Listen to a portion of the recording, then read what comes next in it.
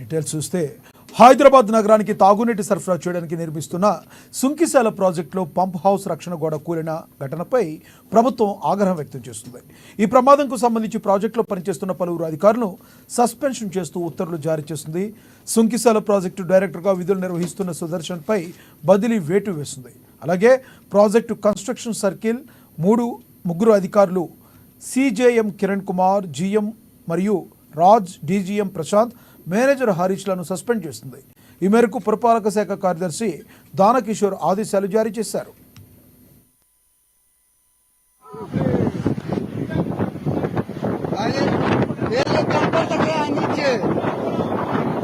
टूट गया पूरा बिल्कुल।